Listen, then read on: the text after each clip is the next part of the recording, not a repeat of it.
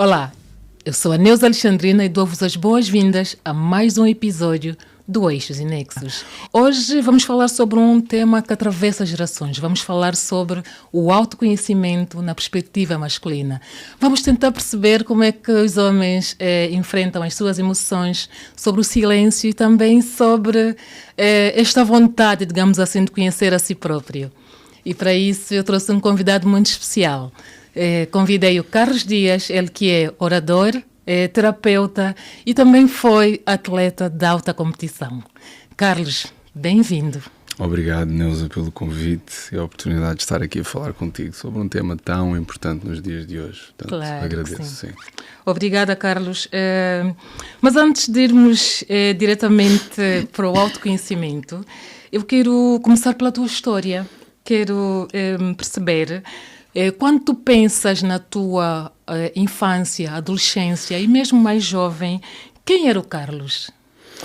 Olha, o Carlos era um miúdo que cresceu, como estávamos a falar antes, numa realidade do qual ele não sentia que pertencia, que era o Portugal dos anos 80 e até metade da década de 90, quando eu encontrei no desporto uma possibilidade de pertencer. Portanto, um miúdo muito fechado, um miúdo muito envergonhado, que tinha muita dificuldade em expressar-se e em estar em meios onde ele, por e simplesmente, nunca foi acolhido ou compreendido. Portanto, creio que tudo isso foi necessário para podermos estar aqui a conversar de tudo o que eu aprendi, mas era essa a realidade desse rapaz. Ainda assim, fazendo este recuo, que sonhos é que este Carlos tinha e que inquietações é que carregava? Olha, era... Na realidade, só mesmo quando eu entrei no desporto é que eu percebi que havia algo ali que eu queria fazer. Porque eu joguei futebol até aos 13. O desporto sempre fez parte, quer dizer, começou a fazer parte da sua vida muito cedo. E depois foi quando entrei no basquete é que senti mesmo que era ali o meu espaço. Até porque fisicamente também. Exatamente, acho que não tinhas muitas opções, não tinha muitas opções e passou a ser o sonho, passou a ser aquilo que eu queria mesmo fazer. Também com esta vertente sempre esteve ali, de alguma forma, não é? Interessava muito a forma como se podia levantar pessoas através das palavras, ajudar. Portanto, desde cedo eu era aquela voz no balneário que tentava motivar os colegas, apesar de não sentir isso para mim mesmo, mas era essa a minha... De alguma forma as duas coisas estavam ligadas e mais tarde depois comprovou-se mesmo isso. Muito bem. Carlos, a tua vida é feita de dois mundos, Portugal, Cabo Verde. Como é que essas raízes tão diferentes te mudaram enquanto homem, enquanto pessoa, enquanto profissional? Como é que estes dois mundos tão diferentes, digamos assim, te moldaram enquanto pessoa, enquanto profissional, enquanto homem? Ainda falta um outro mundo, não é? Que estávamos a falar, é o meu amor profundo por Angola também, que está, apesar de nunca ter vivido, mas os meus irmãos mais velhos serem, meu pai ter vivido lá. Portanto, eu nasci e cresci em Portugal, mas eu nunca me identifiquei como português. Eu creio que isto faz uma confusão às pessoas. Só que eu cresci... Mas vestiu a camisola de Portugal? Vesti, porque na altura não havia hipótese de vestir a outra. E ainda assim eu fui insultado com a camisola de Portugal. Portanto, provavelmente não era aí onde eu deveria estar. E eu cresci como cabo-verdiano. O meu pai, desde cedo, que clarificou aí as coisas. Disse-te logo, tu não és português, és cabo-verdiano. Exato. Portanto, a partir daí eu nunca tive a ideia de ser. Portanto, eu entendo que há muitas pessoas que nascem aqui.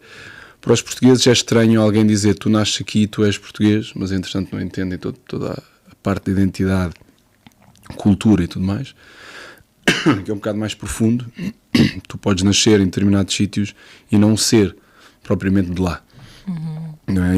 E aqui o país, a cultura sempre fez-me sentir que eu não pertencia. Sempre me transmitiram as mensagens na escola, na sociedade, onde na escola eu era o único. em sociedade que era muito complicada nos meus 12 primeiros anos de vida aqui em Portugal.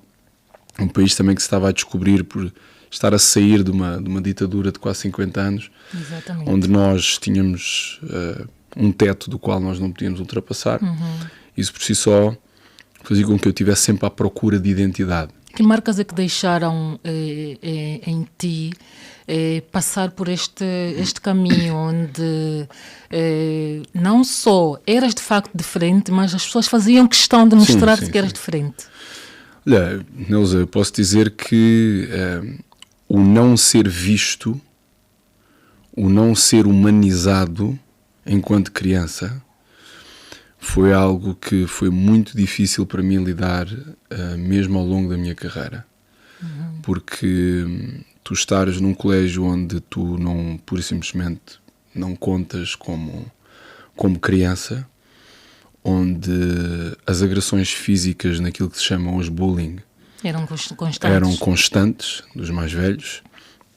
Os próprios professores tinham microagressões com os seus comentários. E atenção, que fique muito claro que esse processo todo era necessário para eu estar aqui. Não é? Mas hoje em dia nós vamos fazer fóruns, vamos fazer queixas, é bullying, é um problema gravíssimo, não é? Naquela altura, tipo, como é que, ou seja, passavas por aquilo, provavelmente não tinhas consciência da gravidade da situação, mas participavas aos teus pais, vivias no silêncio, como é que era? Sim, ou seja, era comunicar aos meus pais diziam, bom, aquele colégio é bom para tu estares, vais ter de aguentar. Ou as pessoas da escola diziam que era brincadeira de crianças. Até que, pronto, a minha mãe tomou uma atitude logo no início e muito daquilo que eu lido, como eu lido com os meus filhos, vem dessa atitude de defendê-los em qualquer circunstância, não é? Mas na altura era complicado porque a nossa comunidade não era uma comunidade vista. Nem vista nem ouvida. Nem ouvida. Portanto, as pessoas, quando eu tento explicar às pessoas, as pessoas não têm noção mesmo do que é que Portugal era nos anos 80. As pessoas não, só mesmo quem esteve aqui enquanto negro entende. Nós vivíamos na obscuridade, nós vivíamos completamente afastados, isolados e não tínhamos qualquer tipo de presença ou palco na sociedade porque vínhamos de... A colonização tinha acabado há 10 anos, já há 8 anos. Exato. E então nós éramos vistos justamente assim. Ou seja, e não era esta convivência que existe hoje em dia, que está completamente normalizada, isso não existia. Os miúdos não... Eu falo muito com os meus filhos sobre isso. Ainda no domingo estive num evento em que eu disse, vocês não têm noção do privilégio que é estarmos num palco em que estamos a ver mulheres e homens negros a falarem, são bem-sucedidos, têm os seus negócios, têm lugares proeminentes na sociedade. Eu não sabia o que isso era. E com isso, ou seja, estas vivências carregaram consigo o medo de não se sentir merecedor de pisar determinados palcos e de estar em determinados lugares. Sim, aliás, isso, o sentir que eu não merecia teve presente comigo na minha carreira. Portanto, eu acreditava sempre que tinha que fazer muito mais que os outros para estar. Exato. Portanto, porque eu acreditava que o treinar muito mais do que os outros apenas para ser reconhecido pela metade era evidente. Eu tive o privilégio de ter um treinador do Benfica na minha formação que foi uma pessoa... Eu não tenho, as pessoas têm memórias assim de um professor, não é? que ajudou. Eu não tenho uma única boa memória de um professor na escola. Okay. A única coisa que eu tenho é um treinador. Há um episódio que eu, por acaso, fiquei um bocadinho impactada, que viveste, Carlos, que foi em Varsóvia. Sim, sim. Onde não sei se foi o treinador que disse que sim, da Seleção fez Nacional, um comentário sobre as árvores. Queres contar, partilhar um bocadinho sim, este episódio? Esse vídeo teve muita... Porque também não está... Portanto, ele está editado, não se percebe tudo, não é? Portanto, isto foi na Seleção Nacional de Esperanças. Eu tinha 19 anos e fomos jogar a Varsóvia, a qualificação para um europeu, creio.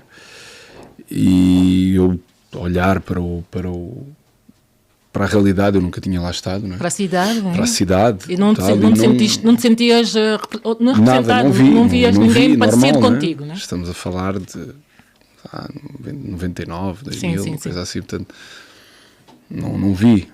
E pensei alto, disse em voz alta, disse, uau, aqui não há negros, não estou a ver. E lá à frente do autocarro alguém diz, bom, mas ficam mais árvores para ti. Deus do céu, como é que alguém que vai para um jogo ouve estas palavras e depois tem que entrar em campo? Qual é que é o ânimo, qual é que é a emoção? O que é que sentiste, digamos assim? Olha, o que eu senti foi que eu desde cedo no basquete aprendi, devido a este treinador do Benfica, a lidar com estes episódios. Portanto, eu tornei-me alguém que, isto até parece estranho, eu tinha algum prazer quando a bancada era hostil. Já estavas blindado? Eu tinha muito gosto em jogar, é das coisas que eu mais saudades sinto, é do ambiente de animosidade e da agressividade da bancada. Mas eu tive que aprender. E aprendi isto com 14 anos, no Norte. Uhum. Ou seja, tu fazia em ti o inverso, ou seja, a ideia das pessoas na verdade era derrubar-te, né? Acabar com a tua, se calhar até com o teu aproveitamento em campo, sim. Mas tu munias-te de uma força que fazia exatamente o contrário. Isto porquê? Porque é muito fácil não humanizar quem está ali, porque eu creio que uma das coisas que acontece é que é muito fácil ir para um jogo, seja do que for, e não humanizar quem está dentro do campo. Exato. Portanto, e ofender miúdos de 13, 14 anos no futebol, mais gritante é, porque as coisas que nós ouvimos no futebol, no basquete é um bocado mais leve, no futebol é outro mundo terrível. De agressividade. E quando chego ali, eu no futebol, depois deixávamos de prestar atenção, mas ali o pavilhão, a bancada mais próxima, é um momento-chave da minha vida, que é nós estávamos a ser insultados a primeira parte toda e ninguém fazia nada. Hoje em dia param um jogo e fazem uma data de coisas, mas na altura o jogo seguia e era normal, né? Nós fomos para o balneário e ele disse, vocês têm aqui duas opções: ou vocês são vítimas de tudo aquilo que eles estão a dizer e vocês não vão conseguir jogar, e se vocês jogarem basquete nunca vão conseguir jogar com aquilo que vem da bancada, ou vocês vão lhes dar mais motivos para continuar. Sim. E aquele momento para mim foi muito importante. Foi crucial. Ou seja, foi exatamente aí em que percebeste eu sou muito mais forte.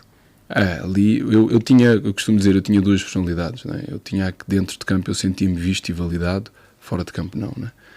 Então ali em campo eu punha tudo e mais alguma coisa de uma vertente minha muito mais agressiva, muito mais assertivo, e passei a adorar esses ambientes. Sinceramente, eu não gostava muito de jogar em casa. Eu preferia jogar quando fora. os jogos fossem fora. Carlos, hoje quando olhas para tudo aquilo que viveste e deixa-me dizer-te que realmente não foi fácil e tu passaste por isso melhor que ninguém sabe. Como é que descreverias o homem que te tornaste? Depois dessas vivências todas, estares aqui a, digamos assim, impulsionar outros homens e mulheres? Olha, é uma excelente pergunta. Todas as nossas etapas, eu não digo metas, eu no meu trabalho digo sempre que existem etapas e não metas. Né? Todas as nossas etapas são absolutamente necessárias, por muito que sejam difíceis de viver. Eu não, em nenhum momento eu trocaria aqueles momentos, nada daquilo. Porquê? Porque hoje posso falar com o meu filho, que joga, que já teve um ou outro momento complicado, mas ele nunca irá viver o que eu vivi nos campos, porque a sociedade é outra, não que seja melhor, eu deixo isso claro, a sociedade é outra e eu estou na bancada. O meu pai não viu os jogos meus. Okay. Portanto, eu não tinha o meu pai e a minha mãe a ver jogos.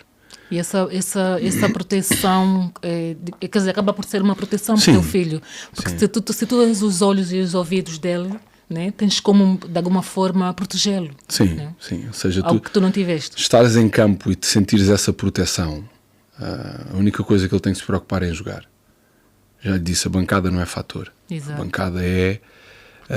E também joga basquete? Sim, joga. Okay. Tanto, e já está a desenvolver uma caminhada que espero que tenha aquilo que ele quer, não por minha causa, mas por ele. Por ele, exato. Porque eu já fiz o meu caminho, o dele é o outro. Minha filha também joga, mas está é mais nova, também, está a descobrir-se.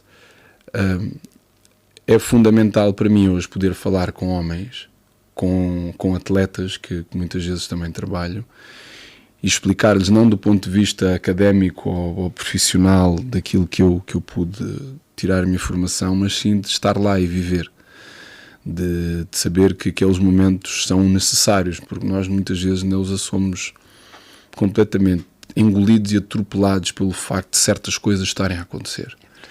E nós temos que dissociar duas coisas, que é a nossa história daquilo que nós somos. Exato. Nossa história é necessária. Não há nada que nós possamos fazer pela nossa história. Nós não podemos mudá-la, não é? Aquilo que tu viveste enquanto mulher, angolana, mãe, filha, portanto, tudo isso foi necessário, por muito que tu tenhas ultrapassado barreiras difíceis, não é? Ou seja, era incrivelmente necessário. Ou seja, muda-nos de alguma forma. Exato. O problema é quando muitas vezes nós vamos assumir que aquilo que aconteceu é quem nós somos. Exatamente. Ou seja, as circunstâncias não podem definir-nos. Sim, sim. Eu costumo usar esta frase que é: nós não somos prisioneiros do nosso passado. Exatamente, nós somos prisioneiros das circunstâncias. Okay? As circunstâncias é que nós não somos prisioneiros das circunstâncias, mas sim da perspectiva que temos das circunstâncias. Nós vamos olhar para as circunstâncias e dizer: não, isto é impossível, não é? Eu não vou conseguir fazer isto. Mas eu pergunto sempre: mas porquê?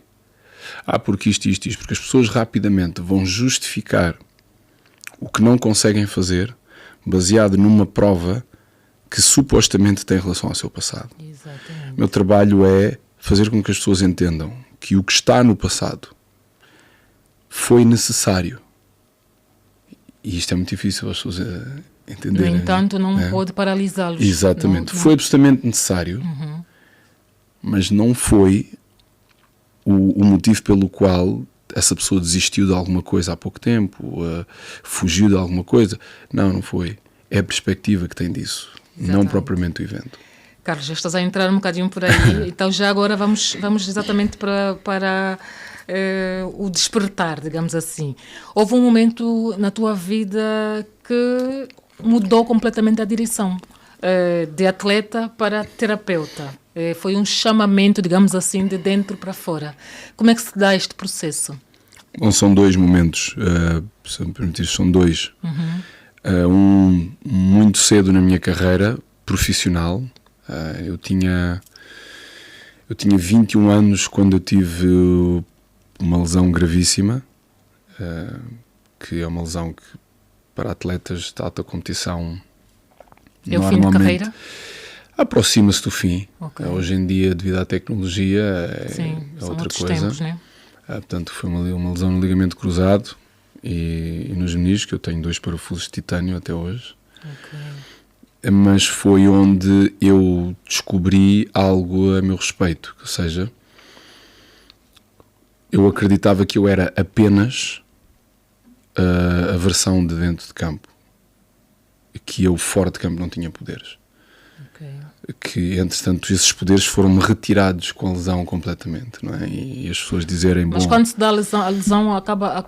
deixa... Não. Ainda continua. Foi um marco importante porque, na altura, uma lesão destas era... Com 21 anos? Não, tu não tinhas muitas hipóteses. Eu fui afortunado de ser operado por médicos muito bons que ajudaram-me a recuperar, mas é uma lesão que te afeta muito em termos emocionais. Porque é uma lesão que na altura, e mesmo hoje é só ver atletas que têm muita dificuldade em recuperar disso. E aquele foi o primeiro momento de fundo de poço, como eu costumo dizer. Foi o primeiro momento em que eu sou obrigado a descobrir algo que eu pensei que ia lá estar sempre, que era, tinha isto fora de campo, e dentro de campo, aliás, e que fora de campo dava para ir gerindo.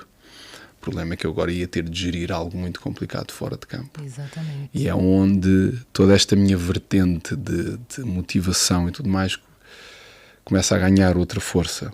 Contigo sim, mesmo. Sim, eu tinha para os outros, mas não tinha para mim, não é? Exato. Ou seja, e tu estares a fazer fisioterapia durante horas e tu não tens força para levantar sequer 2 quilos, e tu vês todos os teus contemporâneos a avançar e tu estás a ficar para trás, é algo que para um miúdo, né? E depois todas as propostas voaram e as pessoas ligam para ti a dizer: epá, que pena, tu ias ter uma boa carreira. Opa, que chatice. Ou pessoas que tu julgavas que estavam contigo não te dizem nada, viram-te as costas.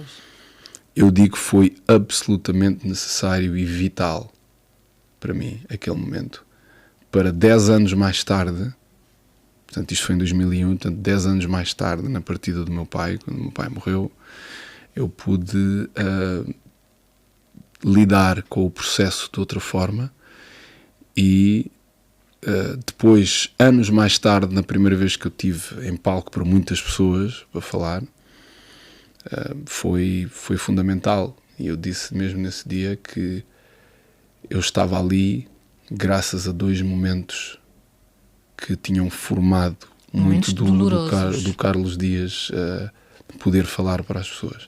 Portanto, foram absolutamente necessários aqueles momentos, porque houve coisas que eu provavelmente não teria vivido na minha carreira se eu não tivesse tido aquela lesão. Exato. Mas quando é que pensas que é este o caminho? É isso que é preciso? É este o caminho? É a virada? Eu creio que foi na partida do meu pai e os 2, 3 anos que vieram a seguir, foi claramente esse momento que me fez... Bom, eu vou enverdar aqui por algo diferente, porque a formação de psicologia não foi algo que me tenha... Não é por ela. Ou seja, não era uma meta, um objetivo? Não, ou seja, não, eu tirei antes, portanto, não foi algo que me tenha, de alguma forma, eu fiz, mas não... Mas foi a necessidade de me compreender, foi a necessidade de lidar com algo que eu não estava pura e simplesmente a saber lidar, que era a partida do meu pai. E no ano, o meu pai morreu meses depois de eu ter sido pai, quando o meu filho nasceu.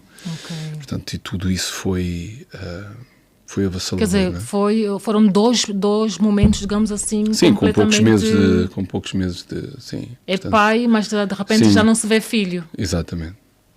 Foi exatamente isso. E puseste muito bem, porque torno-me pai, mas meses depois deixo de ser filho de um homem. E foi muito, muito... Naturalmente ninguém está à espera, meu pai não estava propriamente doente. Meu pai tinha apenas 70 anos e... Com muito para viver. Sim, ainda. E então foi... Eu creio que foi um destruir de alicerces, não é? Foi o meu trabalho com as pessoas, eu costumo dizer que primeiro temos que derrubar os alicerces que a pessoa criou e sustentou toda a sua identidade, não é? Que quer seja o trauma, quer seja toda a sua história, as pessoas alicerçam quem são, baseados numa identidade adquirida daquilo que viveram, não é? E foi necessário essa reestruturação do alicerce na partida do meu pai para que eu fosse procurar outras coisas e despertar aqui uma vertente que estava lá, mas que essa etapa da minha vida de alguma forma descobriu. Muito bem. Carlos, durante muitos anos, muitos homens acreditavam que mostrar fragilidade, ou seja, mostrar vulnerabilidade era ser-se fraco, que mostrar sentimentos é perigoso, que o silêncio é a única resposta. Na tua experiência, qual é que foi, digamos assim, o preço deste silêncio? Excelente pergunta, Neuza. Eu acho que para o homem, lá está, eu estruturo a nossa identidade em 3 fases, não é? Nós temos a identidade adquirida, que os homens e as mulheres recebem dos pais, família imediata, cultura, religião, sociedade. que está ali até aos 12 anos, não é? Depois nós criamos uma identidade baseado nisso que nós vivemos. Mas muitas vezes essa identidade que criamos é para sobreviver. Portanto, há quem tenha, os pais foram embora por este ou aquele motivo, viveram com outros familiares, todo o tipo de abusos que possam ter acontecido. Portanto, a pessoa vai desenvolver algo que eu vou criar para sobreviver, ou seja, eu vou agradar ou vou ser uma pessoa mais insensível.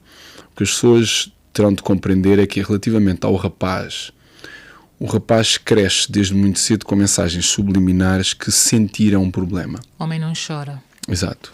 E em todas as culturas, de alguma forma, isto está muito presente.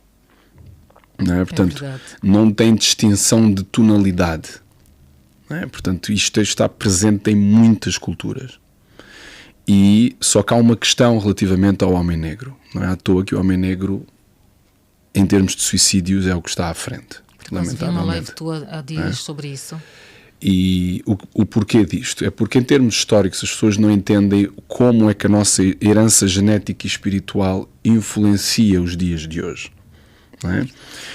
Muitas mulheres que são obrigadas a ser guerreiras e a fazer de tudo vêm de uma sociedade que é muito matriarcal em África, por exemplo, onde os homens, por algum motivo, eles foram raptados e foram levados para fora do continente durante séculos e elas tiveram que ficar. Porque mais tarde foi o homem ter que sair e vir para a Europa e para outro sítio qualquer ir trabalhar e ela teve que ficar. Exatamente. O que fez o seguinte, criou duas realidades que hoje nós estamos a vivê-las e nós já vamos desenvolver. Uma delas é a mulher resolve tudo, não pode sentir e tem de cuidar de toda a família. O homem tem de prover, tem que arranjar forma de conseguir tudo e mais alguma coisa em termos materiais e essa passa a ser a sua identidade. E o silêncio que tu referias ainda há pouco passa a ser a proteção. Eu não vou falar do que eu sinto. Primeiro. Para não mostrar fragilidade? Exato, porque eu não posso mostrar fragilidade. E porque a maior parte das mulheres não cresceu em ambientes onde o pai tivesse.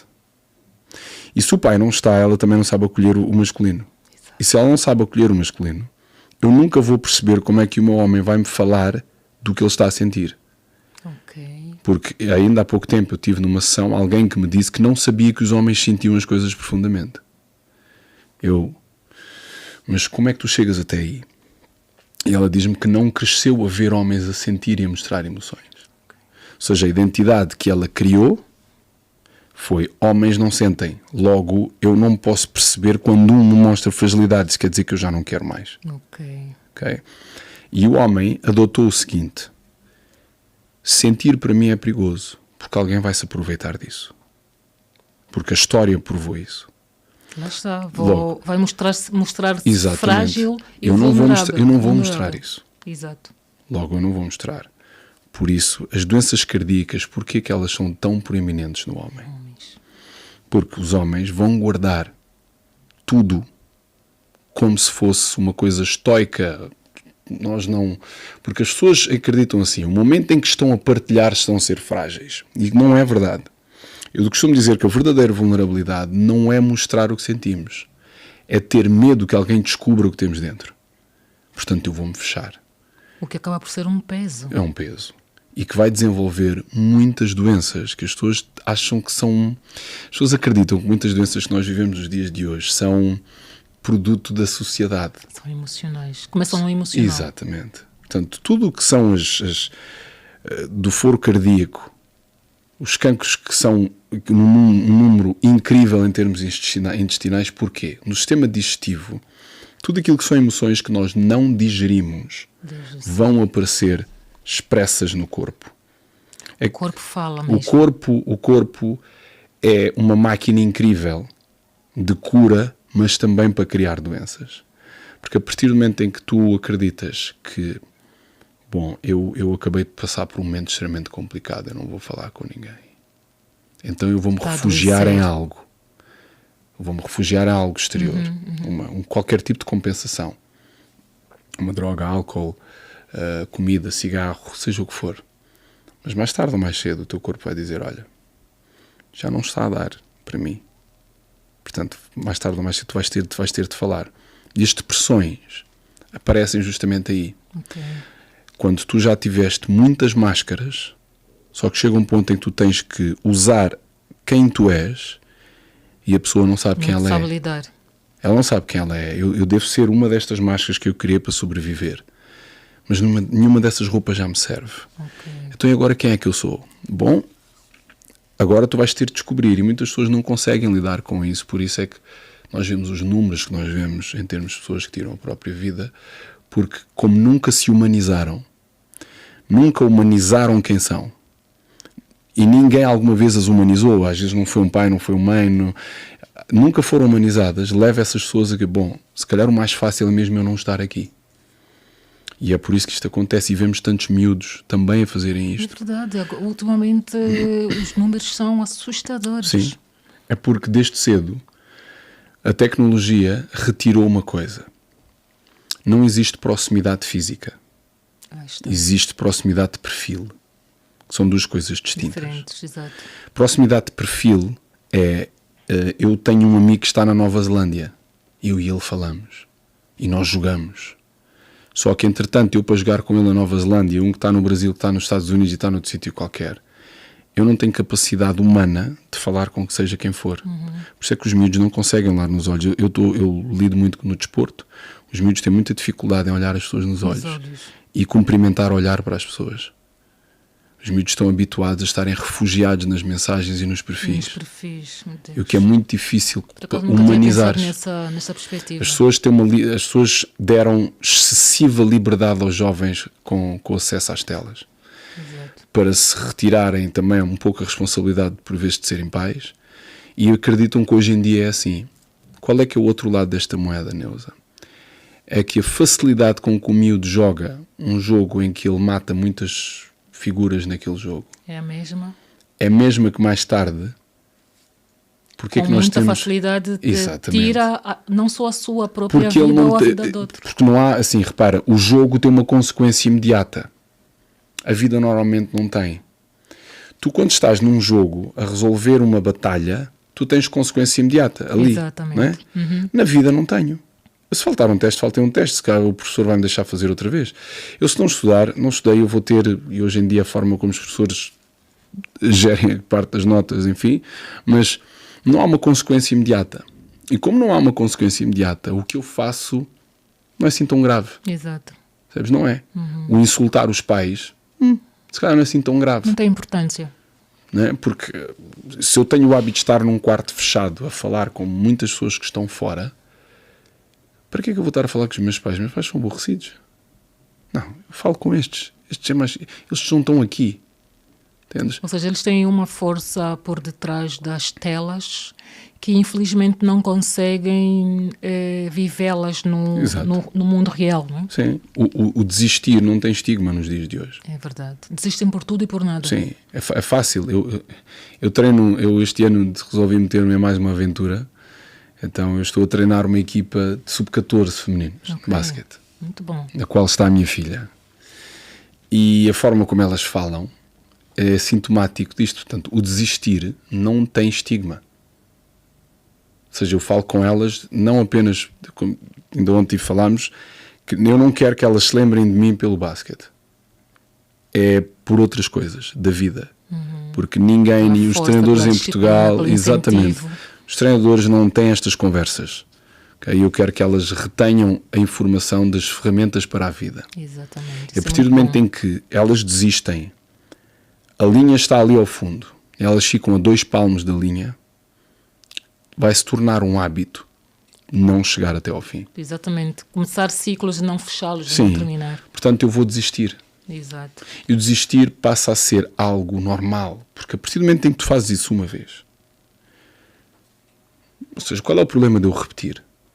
Eu já fiz isto. E torna-se uma bola de neve que não tem fim. E volta àquilo que tinhas feito a pergunta em relação ao homem, que é, se eu desde criança foi-me dito, foi-me levado a crer, olha, tu não choras. Engole o choro. Exatamente. Tu sabes que os homens corajosos não choram? Tu sabes que os guerreiros não choram? Tu és homem. Exatamente. E isto faz o quê? Nós vamos adultizar as emoções de uma criança. Como é que Às o vezes miúdo... até inconscientemente. Sim, porquê? Porque as pessoas têm a sua história, então não conseguem fazer de outra forma. Exato. Ok, mas um miúdo de 6, 7 anos que está a chorar, porque ele não tem vocabulário para se expressar, olha, eu não me estou a sentir acolhido, ou eu estou-me a sentir depressivo. Como é óbvio, nenhuma criança vai dizer isso. Sim. Ele vai chorar.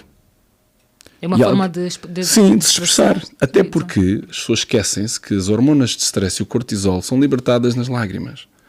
Okay? E porquê que muitos homens vivem em stress constante? Porque são obrigados a engolir e a evitar tudo o que são emoções. Logo, não põem para fora lágrimas que lhes possa, até às vezes sozinhos, libertarem-se alguma coisa. Porque desde cedo foi-lhes dito: menino, tu não podes chorar, tu não te atreves a fazer isso. Olha que o teu pai não te pode ver a chorar. E às vezes é a mãe que está a dizer isto. E se ele está a ouvir isto também... Isto molda a cabeça, Exato. a mente, o emocional da criança, sem dúvida. Molda porque o que eu sinto não é relevante. Então, espera aí. Então eu vou guardar para mim. Se calhar é o melhor. Eu não quero que a minha mãe me veja a chorar porque eu não quero que ela esteja preocupada. Também não quero que o meu pai me veja a chorar porque eu não quero que ele se desiluda comigo. Já é um peso que se carrega, né? Sim. Por gerações até. Sim. Carlos, tu dizes muitas vezes o silêncio não é opção. Sim. Quais é que são, para além dessas que falamos há bocadinho, quais é que são as consequências deste silêncio que... mas eu falo mesmo dos homens, né? Porque lá está. Como não podem, porque ouviram a vida toda que não podem expressar, não se podem expressar, não podem falar os sentimentos, não podem falar das suas fraquezas, quais é que são as consequências nos dias de hoje, especialmente começando para o menino que se vai tornar homem? Olha, Neuza, ainda bem que tocaste neste tópico. Eu digo sempre isso: o silêncio não é opção, por crescer numa era em que nós não tínhamos voz. Não é? Quando uma criança não sente que é ouvida, nunca vai valorizar aquilo que tem dentro. Quando uma menina cresce com a ideia que a sua voz não conta, ela nunca vai querer ser mais do que a realidade que está à sua volta. E quando um povo teve esta identidade durante séculos, é muito difícil. É muito complicado mudar-se. Tu acreditares que podes efetivamente ser mais. E porquê o silêncio? Porque o silêncio tem efeitos devastadores mesmo em termos de saúde. Porquê que as doenças autoimunes estão presentes em mais de 80% dos casos na mulher? Porque a mulher cresce com a ideia que terá de aquilo que ela sente, as suas prioridades não importam. Ela tem de cuidar da família desde cedo, às vezes tem que cuidar dos irmãos, tem de cuidar de tudo, tem que fazer muitas coisas para agradar as pessoas. Então, as doenças como a psoríase, eczemas, dermatites e tudo o que são variáveis da pele aparecem muitas vezes em mulheres. É verdade. Não é? E homens já são outras questões. O silêncio é quase estoico, é quase um crachá de honra. De eu nunca falo, eu sou um homem que guarda para mim. Eu resolvo os meus problemas por mim. Exatamente. Quando eu ouço a conversa do homens a sério não precisam de terapia, eu costumo dizer: o cemitério está cheio de homens a sério que nunca alguém ouviu o que eles sentiam. Infelizmente. E o facto de nós banalizarmos a partida de muitos homens que saíram daqui em silêncio tornou o silêncio aquela coisa que, bom, mais vale deixar como está. Porque muitos homens tiveram infâncias incrivelmente complicadas, que como pais é o reflexo. Não é? E o silêncio de eu não vou partilhar, seja o que for, porque não faz parte de mim.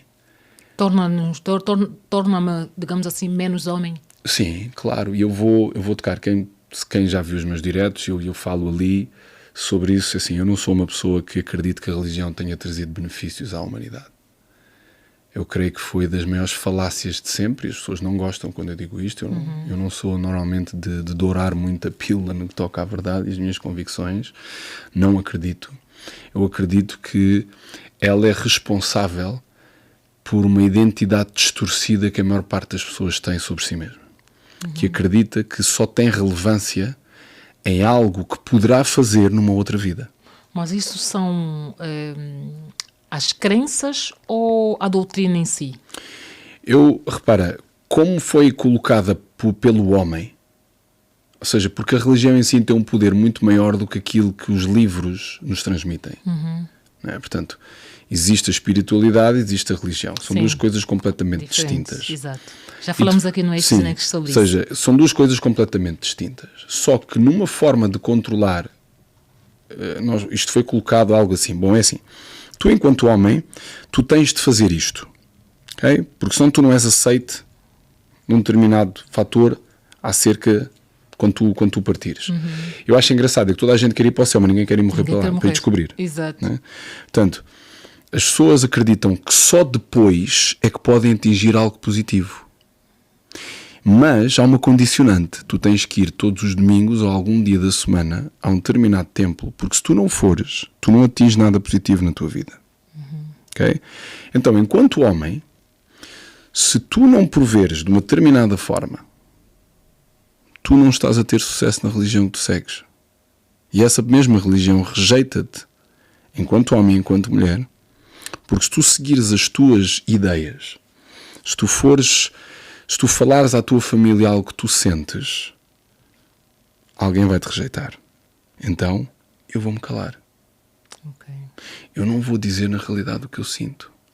Porque se eu tiver determinados pensamentos, vão contra a doutrina que me foi colocada nos meus primeiros anos de vida. Me foi imposta. Okay. As pessoas necessitam sempre de ter algo que é maior do que elas, na sua perspectiva. Tudo bem, não há problema nenhum aí. Mas quando isso passa a ser o teto do qual nós não conseguimos subir ou ultrapassar, então nós temos que ver bem se é mesmo real. Okay. Será Mas que agora, é mesmo isso? Eu agora fiquei curiosa.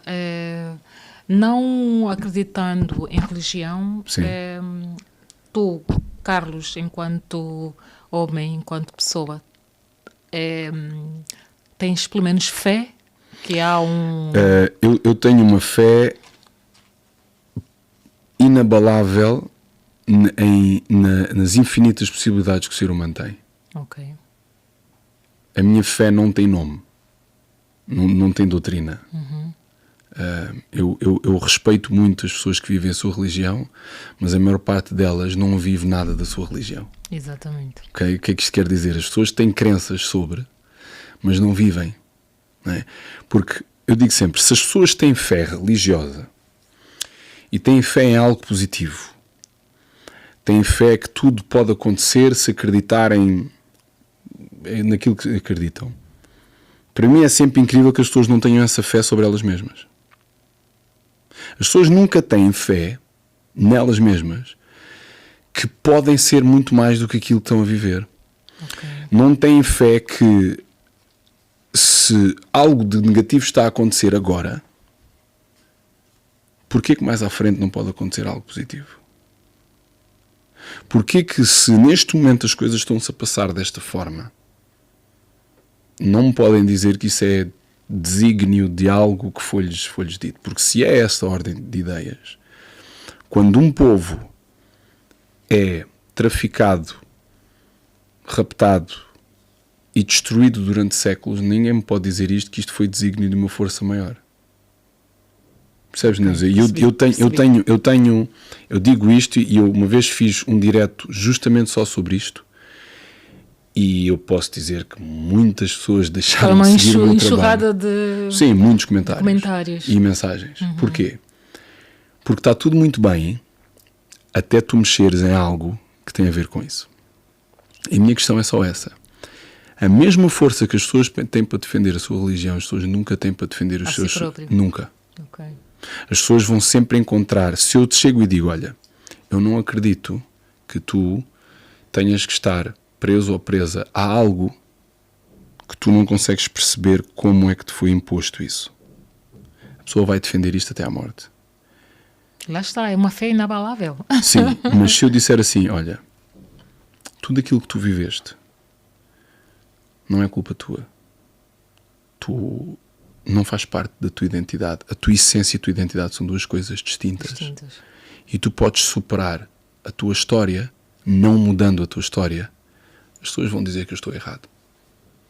Lá está. Dá que pensar. Carlos, no teu trabalho recebes homens? Sim. De todas as idades, penso eu. Uma porcentagem muito pequena, mas sim. Ok. Então, enquanto terapeuta, quando um homem procura-te, geralmente qual é que é, na tua opinião, enquanto terapeuta, lá está, qual é que é o maior medo deste homem? Antes, eu penso que até antes mesmo de começar a sessão, o que é que tu, enquanto terapeuta, percebes que são as motivações deste homem para te irem procurar?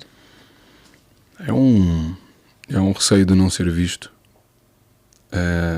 E um outro receio que é o sentir-se exposto. E o maior de todos é o sentir-se julgado. Julgado? Sim. Eu creio que, assim, a percentagem, eu vou-te dizer que andará nos 3%. De homens que procuram tratamento terapêutico? Sim. A sério? Para mim. Olha, E já incluo jovens. Aqui, já inclui jovens. Adultos, eu diria nem 2%. Ok. Engraçado que estas questões do fórum emocional em Angola ainda é um tabu, infelizmente. As coisas estão a mudar agora. Já vejo uma vez ou outra os jovens que falam abertamente sobre procurar fazer terapia e isso, mas não é de facto comum. É ainda algo não só da elite, né? Porque famílias humildes, a menos que procuram terapia, a menos que haja um diagnóstico, como é que se diz, em que realmente precisem de procurar pelo terapeuta. Do contrário, ainda é um tabu. O que é que tu pensas sobre isso? Olha, e tocaste falando em Angola, eu já tive a oportunidade de ir umas 3 vezes só por questões de trabalho. Eu creio que há muito ainda para ser feito, porque a força cultural e social é imensa. Grande, exato. O homem não tem qualquer tipo de espaço para falar do que sente. E nos dias de hoje nós estamos a ver uma outra pandemia, que é isto até é tema por si só para um outro podcast. Que é a sociedade angolana, falando especificamente dela, e eu posso, porque para além de ter amigos, tenho pessoas que trabalham comigo, e o facto de ir lá, onde as mulheres atingiram um patamar de sucesso com as suas empresas, com os cargos que têm nas empresas, com o mesmo nível financeiro e exposição social, mas sentem-se mais sozinhas que nunca. É verdade, infelizmente é uma realidade. Sentem-se mais sozinhas do que todas as gerações das mulheres que vieram antes. Mas como é que é possível se atingiram um sucesso financeiro e social que as outras não tiveram? Porque isso de alguma forma assustou um bocadinho os homens, não? Eu vou pela uma outra vertente. Então? Porque a mulher, a que hoje terá a tua faixa etária um bocadinho mais nova, ou da minha faixa etária, viveu num mundo em que foi necessário proteger-se, em que muitas delas não cresceram em ambientes em que estava uma figura masculina. Logo, a energia masculina que ela foi obrigada a absorver era muito maior. Portanto, eu vou perseguir tudo isto para provar que eu consigo. Então eu vou conseguir o cargo, a casa, a conta, que na realidade são questões que o homem procura. E ela vai se afastar de tudo aquilo que é a força masculina, a força feminina. Porquê? A mulher é o farol emocional da humanidade. Exatamente. Portanto, isso não é sequer algo que se possa discutir. Okay? É o ser mais inteligente em termos emocionais da Terra. E o ser mais poderoso em termos emocionais da Terra. Só que isso, nos dias de hoje, está a ser atropelado pela ideia que eu vou ter de ser super poderosa e super guerreira para atingir determinados patamares. E, ao perseguires tudo isso, que é justo, tu também te afastas do teu verdadeiro poder. E estas mulheres não vão acolher homens que sintam alguma coisa. Elas não vão acolher homens que mostrem o mínimo de fragilidade ou vulnerabilidade. Exato, elas não vão acolhê-los. Porquê? Porque cresceram numa energia masculina, cresceram numa energia de resolver, de conseguir. Ser a salvadora. Exatamente, ser a salvadora. De ser a que tem que controlar tudo para que eu esteja segura. Não é? Só que, devido a um mundo que agrediu a mulher, que ensinou que ela tem um determinado lugar só, não é? Durante décadas, limitou-a, limitou-a, não é? Agora que isto não é uma realidade tão presente, ela também afastou-se do seu verdadeiro poder. E tu encontras muitas mulheres que atingiram um patamar social, financeiro e profissional alto. Têm tudo, mas não têm nada. E não têm rigorosamente nada. É. Estão sozinhas. Não estão acompanhadas. Não que ela precise efetivamente de estar. Mas o motivo pelo qual ela está é que ela entende isto que tu disseste. É que há homens que supostamente assustam-se. Não. A mulher já não tem a capacidade de ver, em termos emocionais, o que é que um homem pode fazer por ela. Exato. Se eu tenho tudo, para que é que eu preciso de ti? Exatamente. Mas é um bocadinho isso que eu se pensa resolvo mesmo. tudo. Não é? Só que o homem também já não tem aquela capacidade de mostrar a sua masculinidade de uma forma saudável. Porque infelizmente não lhe é permitido. Se ele não pode ser provedor, não pode se mostrar tal como é. É difícil. É complicado. Portanto, tu vês a batalha que está-se a passar agora, que são mulheres que atingiram um patamar profissional elevado, mas que são sozinhas. Que têm tudo, E depois mas isso não têm nada. acaba por ser um desequilíbrio. Não é? Sim, porque passaram toda uma vida dos seus 20, 30 à procura de algo para provar. Eu vou conseguir este cargo. Eu vou estar ali. Eu vou tal. O que até é legítimo. Sim, é legítimo. Isto é perfeitamente legítimo. Okay? É perfeitamente legítimo. Só que chega agora a um patamar em que ela não é... A questão não é ela estar ou não comprometida com alguém no relacionamento.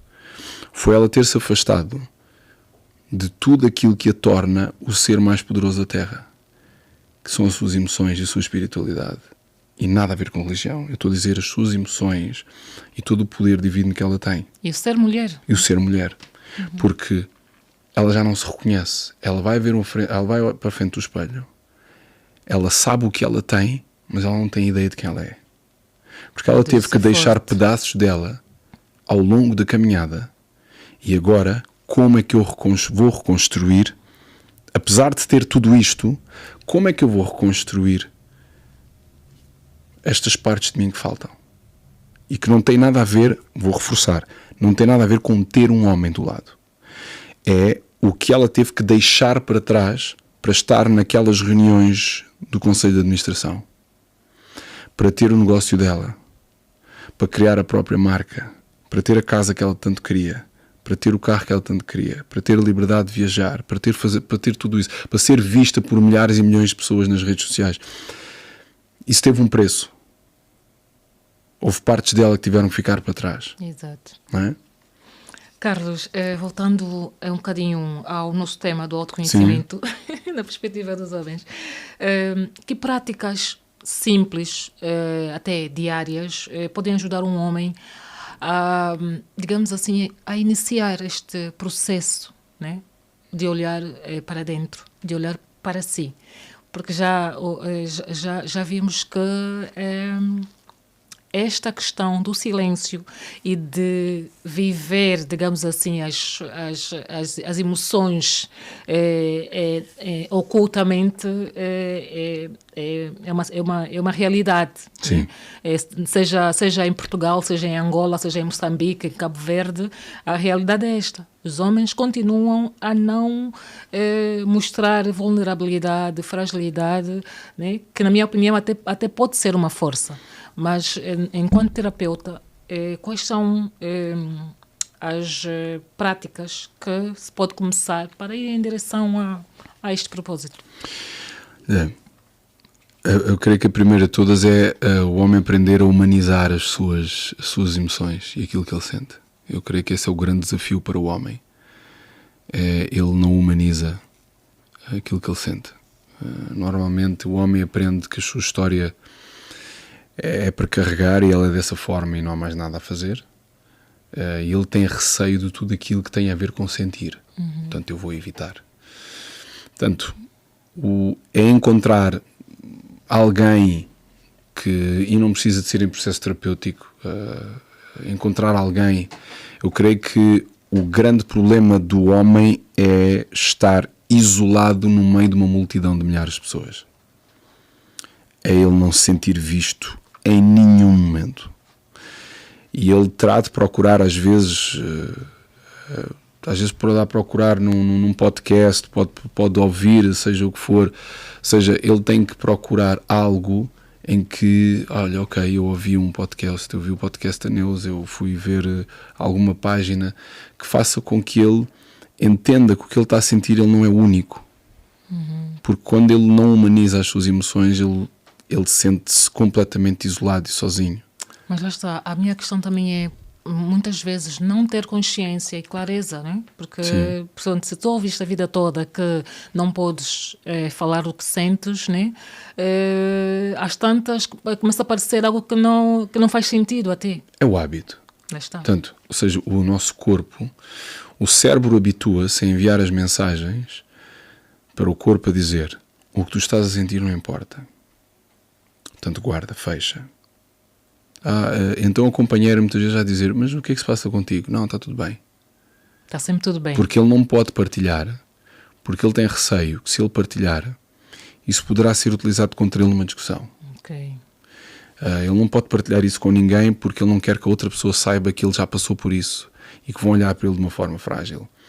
E nem de propósito, eu vi há pouco tempo uma conversa num podcast que eu acompanho, em que uma mulher enviou uma mensagem para o podcast a dizer que se sentia muito mal porque o seu namorado tinha partilhado, com um namorado de 2 anos, tinha partilhado com ela algo que o fez sentir frágil, e ela rejeitou-o e disse que já não conseguia olhar para ele da mesma forma. Deus do céu, a esse nível. Sim. O que me leva a crer que ela cresceu num ambiente daquilo que estávamos a falar. Ela Exatamente, não sabe acolher nenhum homem. Não sabe acolher. E isto acontece muito com... o homem vai sempre pensar 2 vezes. A mulher é-lhe natural partilhar. Às vezes vai partilhar com as amigas, às vezes vai partilhar com alguém. É natural para a mulher partilhar. Nós falamos muito. Sim, o homem não tem essa capacidade. O homem vai... Será que eu digo?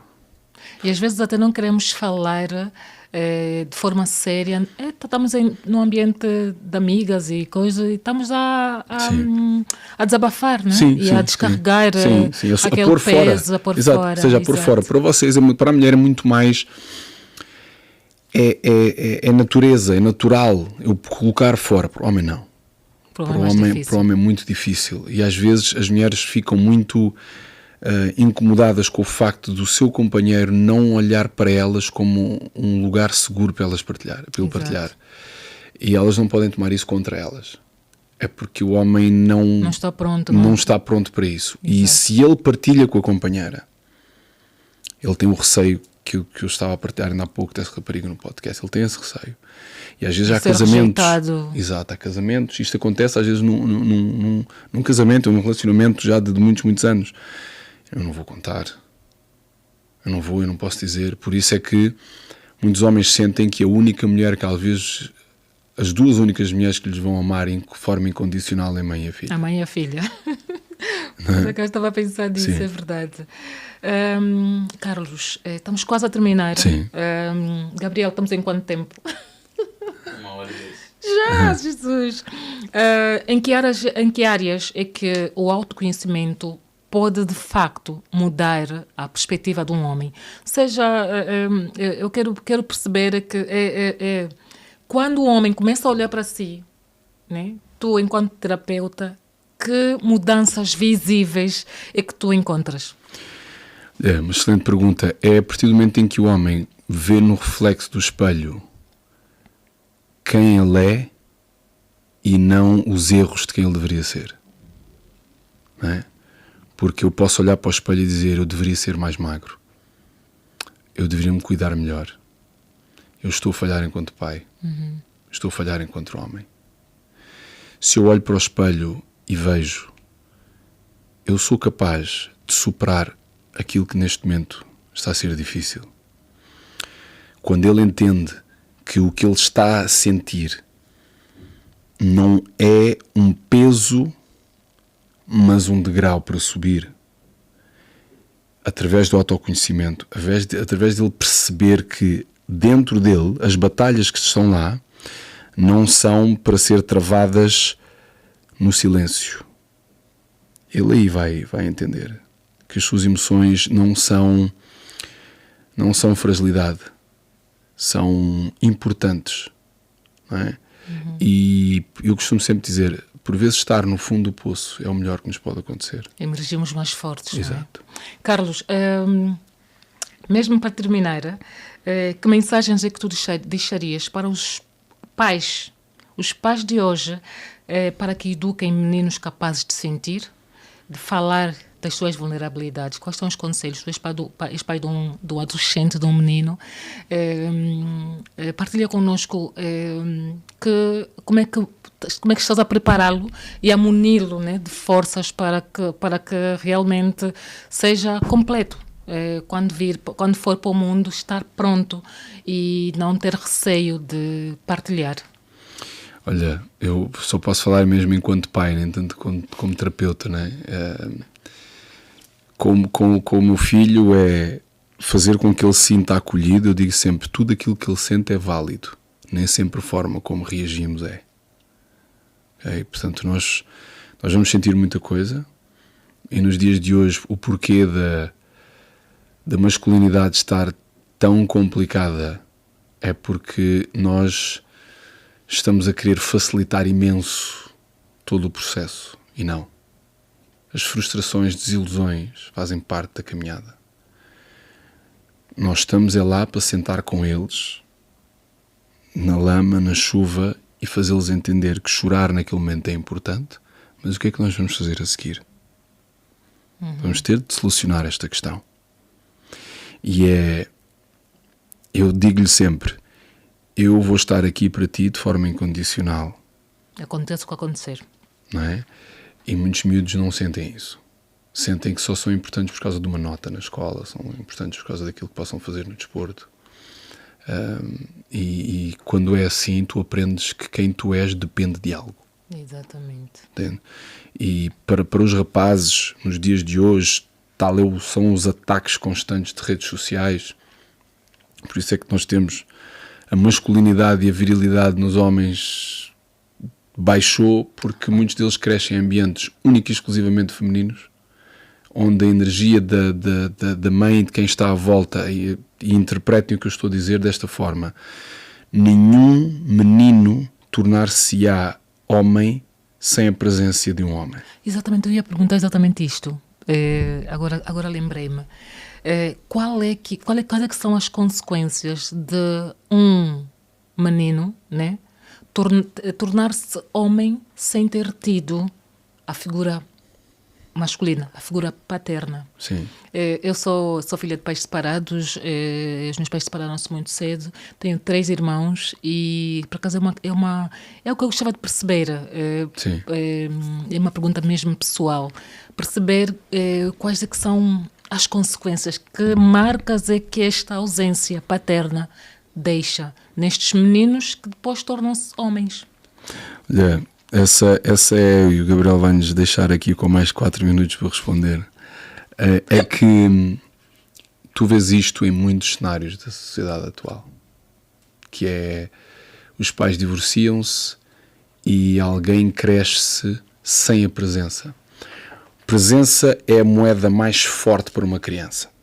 Ou seja, os pais acham que aquilo que vão dar à criança, em termos materiais, é que vai fazer a diferença. O que não entendem é que a criança tem uma natureza muito narcisista. O que é que eu quero dizer com isto? A criança toma as coisas sempre contra ela. Não é? Certamente já passaste com as tuas filhas que mas tu nunca me deixas fazer nada. Entretanto, tu já tinhas deixado de fazer aquilo 30 vezes. Mas houve uma vez que tu disseste que não. Ela disse que tu nunca deixas fazer nada. É verdade. Mas que se tu não fazes isto é porque tu não gostas de mim. Se tu não estás presente é porque tu não gostas de mim. Ok? A presença é a moeda mais importante que a criança tem. E quando nos separamos, muitas vezes, e eu, por ter passado isso na minha vida pessoal e por ter sido... Os meus pais divorciaram-se, eu tinha 10 anos. A presença, quando o rapaz não tem essa validação constante, porque ele vai entrar num caminho que muitas mães não percebem, que elas só podem ir até um certo ponto. Elas não vão conseguir ensinar um rapaz a lidar com a adolescência. Não existe, a minha mãe foi um pai para mim. Eu entendo o que é que isso quer dizer. Eu entendo que muitos rapazes cresceram apenas com a mãe. Mas o que eles não entendem é que houve algo que faltou. E quando eu ouço, eu sou um pai para os meus filhos, que o meu pai não foi para mim, está tudo dito. Que é esse rapaz que quis compensar a ausência do pai. Porque há uma coisa que o homem vai procurar toda a vida, é a validação do seu pai. Ele poderá ter a validação da sua mãe, até porque é automático, dado o laço físico, não é? Mas a validação do pai, ele vai procurar toda a vida. E ele poderá não falar com esse pai, mas vai-lhe sempre fazer essa falta. Portanto, nós temos muitos casos de homens que descobriram quem era o seu pai, eles eram adultos. E quando eles descobriram que era o pai, houve algo neles que mudou. Porquê? Porque o homem vai procurar a validação daquele que é o único homem que está acima. É verdade. E quando ele não tem isso, ele vai moldar a sua personalidade um pouco de eu vou fazer tudo aquilo que ele não fez por mim. Eu vou ser muito melhor do que ele em tudo. Só que isto é um desgaste grande. Porque nós vamos ser munidos pela energia do eu vou fazer o que não me fizeram, ao invés de eu vou criar algo para os meus filhos e não contra o meu pai. É perigoso porque acaba-se por ir muitas vezes para o extremo oposto. Exato. Ou seja, muitas vezes muitos pais tornam-se permissivos exageradamente porque os pais tentam dar repressivos. Tudo aquilo que não tiveram aos filhos. E isto, um homem quando cresce com a necessidade de provar algo ao seu pai, ele vai sempre perseguir uma sombra com a qual ele não vai conseguir apanhar. É isto que muitos homens vivem, que eles não cresceram com o pai a dizer, filho, vai. Exato. Eu tenho orgulho em ti. Eu acredito em ti. Eu estou aqui para ti. E a partir do momento em que não tiveram isso, vão sempre procurar isto de alguma forma.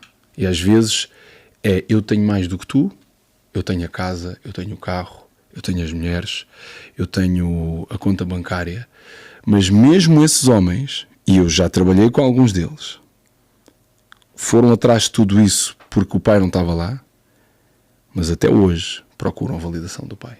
Exato. E têm de tudo o que tu possas imaginar.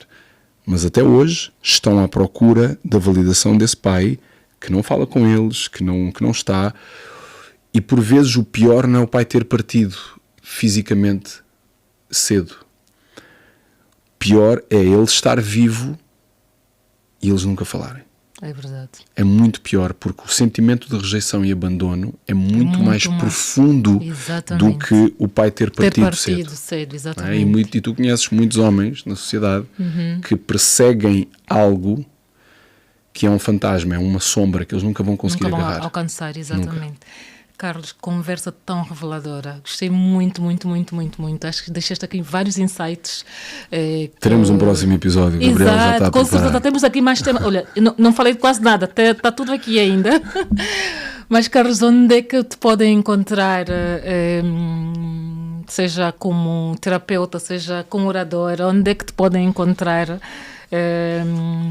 Fale-nos. Olha, podem-me encontrar nas alturas interessantes do que é o Instagram. Está lá, é a minha página de trabalho, terapeuta motivacional. Podem procurar. Sou eu mesmo que respondo às mensagens, não é outra pessoa. Que bom, é verdade, por acaso é verdade. Eu não tenho... Não é aí que eu tenho pessoas que me ajudam, sou eu que respondo. E não é um espaço que eu me sinta confortável. Okay. Eu já falei disso algumas vezes. Eu faço por uma questão de trabalho. Não é um espaço que me deixa à vontade. Eu faço porque eu sou motivado por algo que eu ouvi há 5 anos atrás, 5, 6 anos, e é por essas pessoas que eu estou ali no Instagram. E a fazer um bom trabalho. Obrigado, mas eu estou mesmo por uma mensagem que mudou toda a minha perspectiva quando alguém me disse que acabou de ver um direto, enviou uma mensagem e disse: eu ia tirar a vida dos meus filhos e a minha a seguir. Que horror. Salvaste-me.